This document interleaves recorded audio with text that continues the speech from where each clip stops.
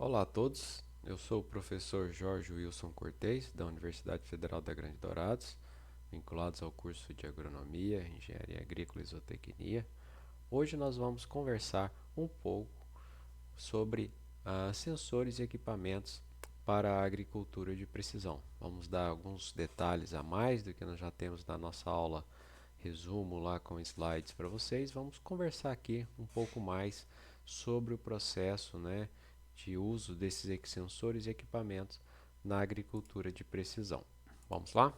Então, vamos relembrar, né, que a agricultura de precisão teve grandes impulsos aí, né? Nós vimos já que o primeiro mapa foi por volta de 1929, quando se pensou se fazer uma espacialização de alguma determinada área. Nós tivemos o lançamento dos satélites como um marco para a agricultura de precisão. Nós tivemos os primeiros monitores por volta da década de 90 e nós tivemos em 2000 a retirada do erro no sinal do GPS, Sistema de Posicionamento Global dos Estados Unidos, onde nos permitiu utilizar efetivamente o sinal dos satélites para fins civis. Então esses foram alguns marcos, né, que da agricultura de precisão que isso é importante a gente lembrar.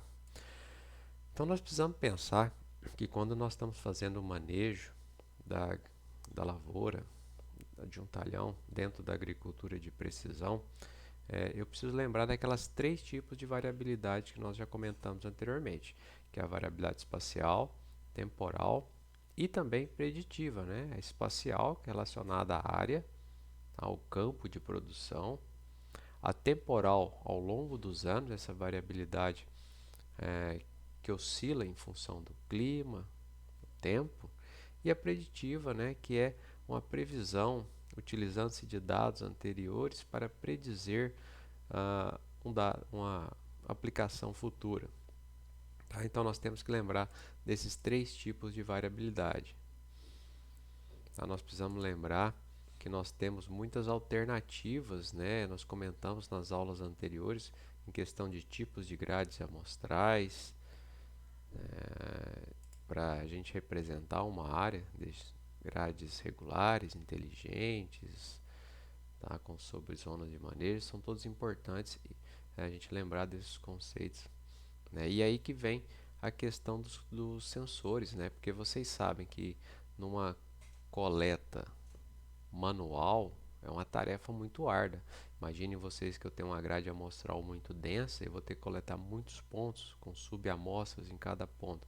Então isso vai levar a uma demora, uma tarefa árdua aqueles que vão executar essa atividade. Então, uma das funcionalidades dos sensores e equipamentos é justamente acelerar esse processo de coleta e aquisição de dados, né? Lembrando que a coleta manual é difícil e acaba gerando um alto custo no processo aí da agricultura de precisão. Então, efetivamente, a gente começou com os sensores por volta de 1980, né? E os sensores são componentes de um sistema de medida que vão reagir a alguma mudança do meio, né? Eles vão sofrer algum efeito, eles vão sofrer uma interferência do meio, vão captar essa informação e vão reagir. E nós temos diversos tipos de sensores hoje que estão um pouco mais desenvolvidos. Sensores de solo, sensores de planta, né? Eles medem os parâmetros físico-químicos que indiretamente relacionam-se a algum parâmetro agronômico de interesse da cultura, né? Eles vão medir esse parâmetro e nós vamos correlacioná-lo com algum parâmetro agronômico.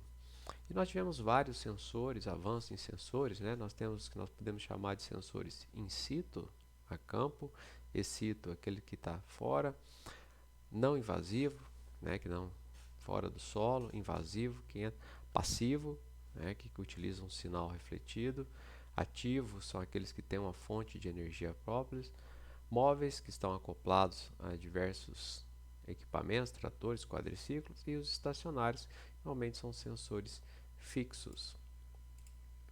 E os sensores podem ser subdivididos, né, em elétricos, eletromagnéticos, acústicos, mecânicos, eletroquímicos, pneumáticos, óticos ou radiométricos. Então, os sensores de solo em tempo real são necessários para expandir os conceitos, né, de agricultura de precisão e precisam ser confiáveis, né, de rápida leitura e resposta, simples, baratos e de boa repetibilidade. Na prática, né, esses sensores não vão chegar à eficiência de medição de que seria uma medição em laboratório. Mas o que nós podemos dizer é que a quantidade de medidas que nós vamos conseguir a campo ela é muito maior do que essa amostragem tradicional que nós fazemos. Então, isso vai compensar, né, a quantidade elevada de pontos vai compensar essa menor precisão que normalmente esses sensores de campo têm em relação às medições de laboratório, mas nos ajudam muito nesse processo. Então, alguns sensores que nós podemos utilizar direto no campo são os elétricos e eletromagnéticos, né? Nós podemos citar aqui, como exemplo, a gente vai comentar mais, a medição da condutividade elétrica no solo, os ópticos e radiométricos, utilizados para medição de, por exemplo, matéria orgânica, está sendo desenvolvido, os acústicos, ultrassons, os lidar, radar, utilizado para medição de copa 3D, medições 3D, aplicado em algumas culturas perenes, como citros, café. Pneumáticos para medição de resistência, a compactação. Os mecânicos também, para resistência à compactação, os penetrômetros. Os eletroquímicos, nós temos alguns desenvolvidos para uso de fertilidade, né, como potássio e fósforo, nós já temos esses sensores eletroquímicos. Comentando um pouco mais sobre eles agora.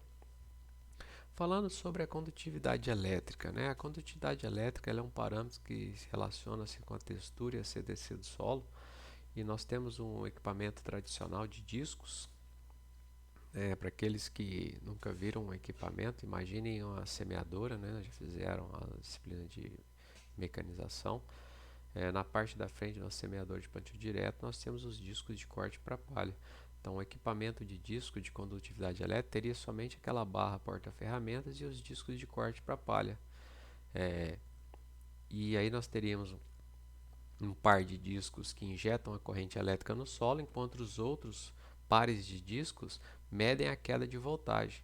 Então, os discos eletrodos penetram alguns centímetros no solo e eles emitem a corrente, enquanto os outros pares de discos eles captam essa diferença de potencial aí, essa queda de voltagem ao longo do tempo. Tá? Lembrando que a condutividade elétrica é a habilidade que o material tem em transmitir, conduzir corrente elétrica, é uma propriedade. Tá? E a distância entre os discos, né, do fonte de emissora, vai me dizer a profundidade, vai se relacionar com a profundidade. Se a distância entre os discos é de 30 centímetros, então a condutividade elétrica está sendo medida em 30 centímetros. Se o par de discos está afastado um do outro de 90 centímetros, quer dizer então que a condutividade elétrica avaliada está sendo medida na camada de 90 centímetros e assim sucessivamente. Eu posso utilizar, né, a medição da condutividade elétrica por ela se relacionar com a textura e a CTC do solo por um método de contato direto, que é o método de contato do disco, e também temos um outro método chamado de indução eletromagnética. Neste caso, ele não entra em contato com o solo. Tá? Então, no de discos, nós temos alguns equipamentos comerciais já que trabalham aqui no Brasil, que comercializam esse sensor de medição da condutividade elétrica. Aliás, temos de dois modelos, temos aqui no Brasil tanto de disco quanto de indução eletromagnética. Tá? Eles se mostraram muito boa correlação, principalmente com o pH do solo. E é um equipamento simples, né, com um par de discos, que vai induzir a corrente elétrica, mais um posicionamento pelo GPS. A gente consegue ter a medição da condutividade e ao mesmo tempo a gente consegue ter a posição em tempo real. Existe um outro equipamento que está sendo utilizado no Brasil para prestação de serviços, que mede a resistividade, é um princípio contrário da condutividade elétrica, mas o equipamento em si ele é similar, equipamento de discos que injetam a corrente elétrica no solo, os discos afastados entre si, os pares de disco medem essa diferença de potencial, né, seria a resistividade elétrica do solo. Por fim, esse sensor por indução, ele é um sensor que tem uma bobina, ele tem uma bobina que emite e um receptor que transmite essa corrente elétrica. Esse equipamento passa sobre o solo, à medida que ele passa sobre o solo, ele vai fazendo a leitura da condutividade elétrica. Existem vários equipamentos comerciais desenvolvidos, né? O método de indução ele é um método sem contato e pode ser preferido se o revolvimento do solo não é desejável, né? Nós temos utilizado na agricultura aí alguns equipamentos de que mede até 1,20, né? 1,20 m de profundidade, tá? Quando na posição horizontal. E normalmente estão acoplados a um GPS e a um coletor de dados que vão fazendo essa leitura em tempo real. Então existem vários comerciais, tá? Não vamos citar as marcas aqui, que podem ser adquiridos para medição da condutividade e podem ser arrastados a campo, utilizados a campo, por exemplo, puxados pelo trator, por uma caminhonete, por um quadriciclo, por uma moto, sobre o solo para ir fazendo a leitura. Então, por que de medir a condutividade? Né? Como dito lá atrás, relação direta com a textura do solo. Tá? Ele mostra uma forte correlação, principalmente com a argila, né? Por causa das cargas. Tá? Ele também mostra uma excelente correlação com a matéria orgânica do solo. E trabalhos realizados no Brasil têm mostrado isso a campo, né? Demonstrando o uso somente do equipamento de disco, que há uma correlação muito forte entre o teor de argila e a condutividade elétrica do solo. Também se relaciona com a produtividade, né, que vai, de certo modo, vai estar correlacionada com os parâmetros de solo. Né? Com o potássio mostra realmente uma excelente correlação. Por ser um equipamento móvel no solo, né, um elemento móvel no solo. Nós também temos observado que a condutividade elétrica se correlaciona também com o relevo, né, uma vez que a condutividade elétrica se relaciona com a umidade do solo. Pontos mais elevados têm menor umidade, pontos mais baixos têm maior umidade. Então observa-se que há uma relação direta da condutividade elétrica com o relevo do solo. Então, portanto, né, o nível de condutividade elétrica do solo depende do teor de água e sais dissolvidos. No entanto, a gente tem que observar que essa mancha ao longo dos anos não varia. O que pode variar sim é o valor da condutividade elétrica, mas a mancha do solo, né, as faixas, as zonas, as áreas, irão se manter ao longo do tempo. Então, normalmente utiliza-se para numa propriedade uma vez, se for para fins só de detalhamento de zonas, de áreas, de manchas. Para fins de fertilidade, existir aí trabalhar essas equações para correlacionar a condutividade elétrica com esses diferentes elementos.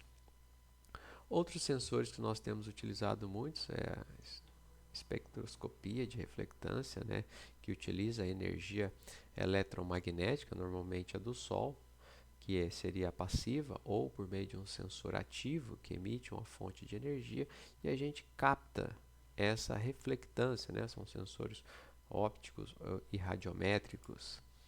Então nós já temos trabalhos que mostram que o uso, né, dessa radiometria, da espectrometria, para determinar o teor de argila, existe uma variação no comprimento de onda entre um solo argiloso e um solo arenoso. Então é possível diferir um solo argiloso de um solo arenoso baseado no seu comprimento de onda, tá? Desde que a plataforma que vai captar essas imagens pode ser tanto satélites como drones ou até equipamentos próximos ao solo, chamados de os sensores proximais aí.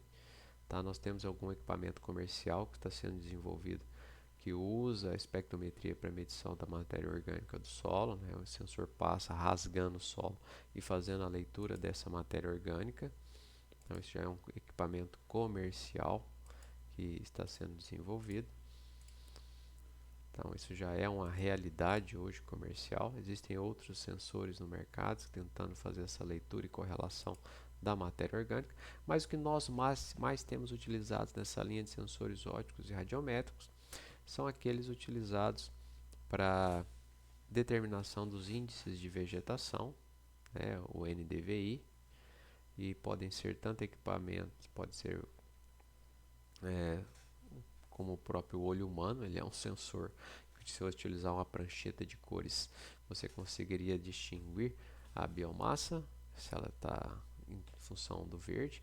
Nós temos alguns sensores de mão, chamados SPAD clorofilômetros, que nós utilizamos para ver esse essa biomassa das plantas, e nós temos um equipamento comercial que hoje desenvolve e é utilizado para aplicação de nitrogênio em culturas perenes, que é um sensor óptico, tem os modelos ativos e passivos, que faz a leitura da biomassa e vai já com o algoritmo interno calcula a dose de nitrogênio para aquelas culturas, normalmente trigo, milho, culturas que precisam de adubação de nitrogênio pós semeadura. Então nós temos já alguns sensores óticos aí, né, os imagiadores que fazem esse tipo de medição, né? São sensores multiespectrais ativos, tá?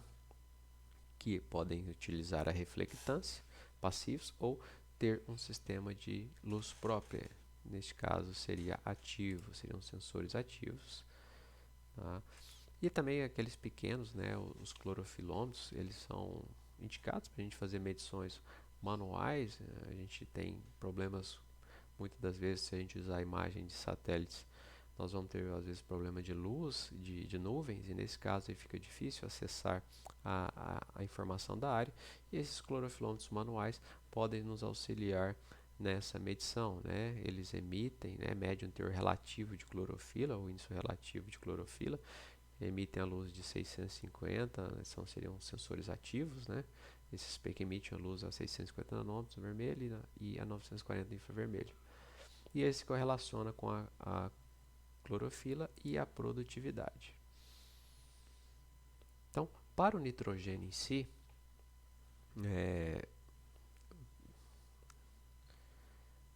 a gente sabe que existe uma relação direta entre o nitrogênio e o teor de clorofila da folha, né? Quanto mais verde aí, mais nitrogênio, tá? Então, os sensores SPAD, né, que tentam avaliar esse sensor de clorofila, a clorofila utiliza a luz vermelha e o medidor de clorofila é baseado na quantidade de luz vermelha absorvida e na quantidade transmitida através da folha. Quanto mais clorofila a folha tem, mais luz vermelha é absorvida pela planta. Tá? Então, o medidor de clorofila é mais sensível na faixa entre o estado de nutrição deficiente e o adequado em termos do nitrogênio. O sensor de clorofila, lembrar que ele não indica o excesso ou a falta de nitrogênio. Ele vai tentar medir o estresse que a planta está pelo teor de clorofila está, e em função desse nível aí de estresse a gente vai tentar calcular uma dose de nitrogênio. E a gente tem que levar uma outra coisa importante que a gente trabalha com planta, é o estágio que a planta está de desenvolvimento, né? A idade relativa dela, das suas folhas, para ter uma real medição aí, né? Uma sensibilidade com relação ao nitrogênio. Então, normalmente, vamos falar um pouquinho do milho. Normalmente, essa necessidade do N do milho está relacionada entre 30 a 45 dias de emergência. Normalmente, a gente vai fazer essa amostragem por volta de V6, né, que é o estágio do milho, na folha desenvolvida, na sua parte terço médio da sua folha. Nós vamos fazer essa leitura com o SPAD.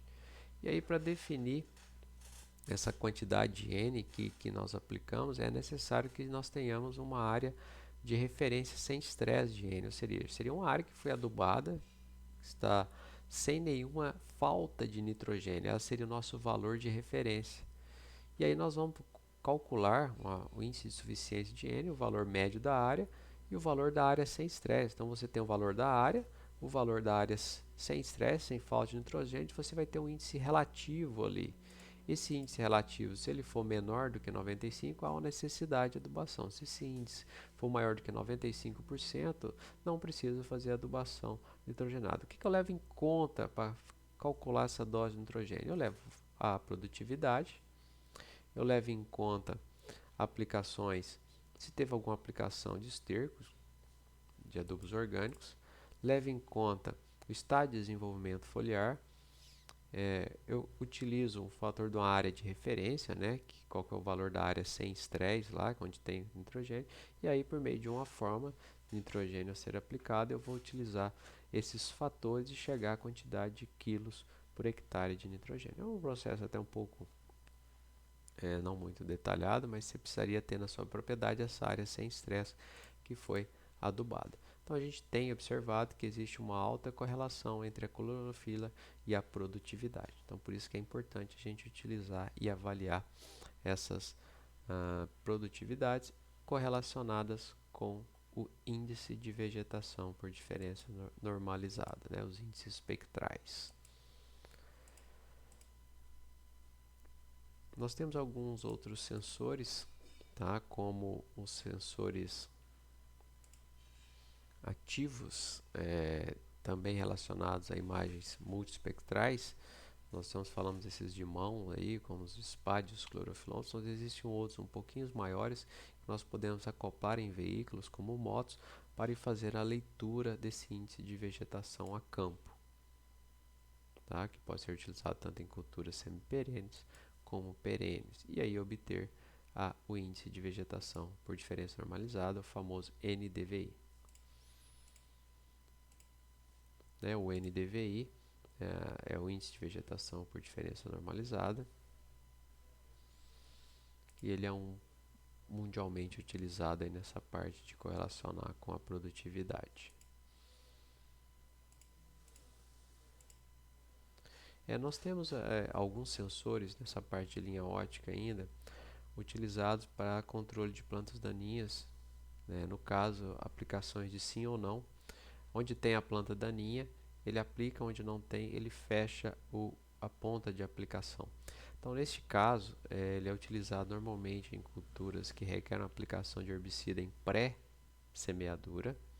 E aí você faz uma catação na área, né? Onde tem verde, ele vai aplicar, onde não tiver o verde, ele não vai aplicar. Então, já existem sensores comerciais nessa linha, onde nós fazemos o controle de plantas daninhas por meio de sensores óticos, fazendo uma aplicação onde tem planta daninha e onde não tem. Há uma tendência de evolução nessa linha para controle de plantas daninhas para tentar utilizar em pós-semeadura, neste caso com sensores que diferenciam a arquitetura ou a folha da planta, né, da cultura comercial com as plantas daninhas, mas ainda é um processo ainda não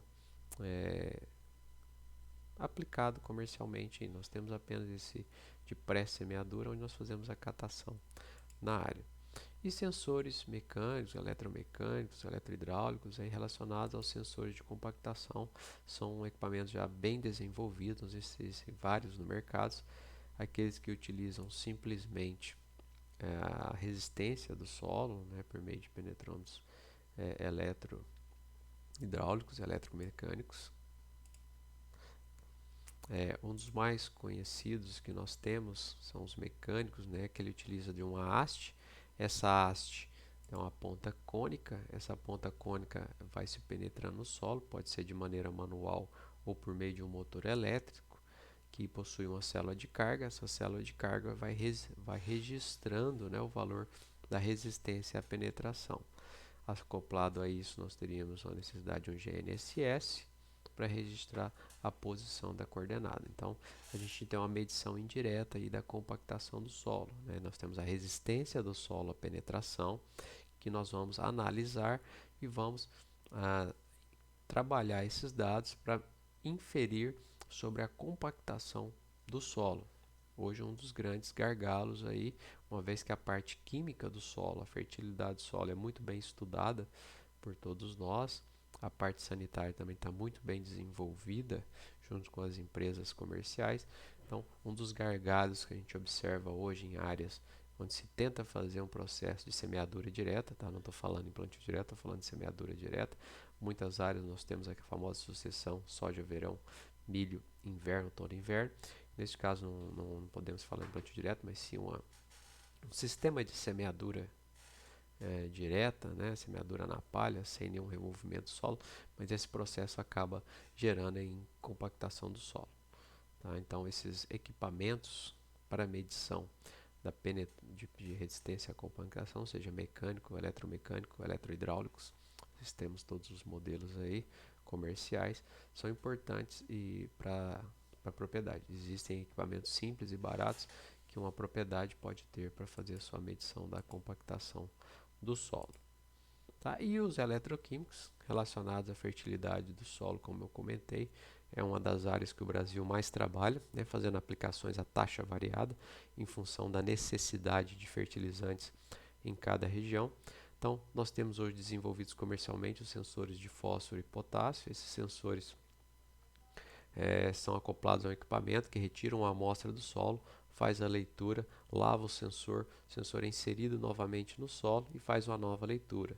Então você tem um ganho aí de, de, de rapidez e quantidade de amostras, né? Esse equipamento vai fazer inúmeras amostras dentro de um hectare, enquanto no processo tradicional de grade regular ou grade alternada, nós vamos ter um ponto a cada 2 hectares, um ponto a cada 3 hectares. Nesse caso, nós teríamos muitos pontos dentro de um hectare. Então, aquilo que eu falei, o equipamento não tem 100% de eficiência na medição comparado ao laboratório, mas vai chegar a mais de 90% e pela quantidade de pontos a nossa precisão acaba sendo maior. Tá? Então esse é o processo, o equipamento tira uma amostra de solo, passa no sensor, faz a leitura, lava o sensor, ele capta a nova amostra e o ciclo se repete ao longo do deslocamento do sensor no campo. Tá? Então já é um produto comercial que nós podemos utilizar na agricultura. A correlação com relação ao laboratório e a medição em campo chegou em mais de 80%. Então é uma boa, uma vez que eu tenho muitos pontos dentro do meu talhão. E nós já existem, né, comercialmente sensores multiplataformas, onde eu tenho numa única plataforma muitos sensores, seja de condutividade, seja de matéria orgânica, seja de fertilidade do solo. Então eu posso já adquirir comercialmente esse tipo de equipamento. Caro, às vezes não faz sentido para um pequeno produtor, um médio produtor, mas sim empresas de consultoria faz muito sentido a aquisição desse equipamento para prestação de serviço. E uma evolução e um caminhamento que nós estamos tendo é o sensor de qualidade, como por exemplo proteína, sensor de proteína nos grãos, né? Imagina que na hora que eu estou fazendo a minha colheita lá, seria possível diferir a quantidade de proteína no grão e separar, né, uma colhedora com 2 graneleiros lá, um grão com maior proteína e com menor proteína. Para as uvas, por exemplo, onde tem o maior Brix e o menor Brix, eu separar essas uvas, né, que vai me gerar um vinho de $5 e uma uva que vai me gerar um vinho de $100. Então eu conseguiria separar esses produtos na hora da colheita em função da sua qualidade, né? Vamos chamar assim um sensor de qualidade. Então isso já é possível em algumas situações, a gente tem visto aí no caso da uva, o sensor em algumas colhedoras de uva, ela vai separando, né?